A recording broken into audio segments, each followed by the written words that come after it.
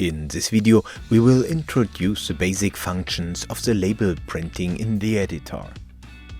In our case, we select the LS990 NAWW, which offers the option of label printing and color printing. After activating the editing button, a new window with the editor appears. You can select between two masks. On the left, there's a text labeling field. On the right, there is a label with a separate field to place a symbol in addition to the text.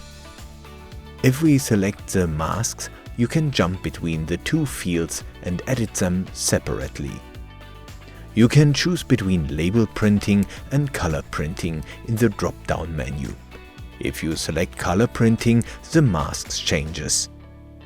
The pink area always indicates the areas which cannot be inscripted. If you select label printing in the drop-down menu, the respective mask returns and you can start editing. The individual designation input field is used to define where the switch will be placed.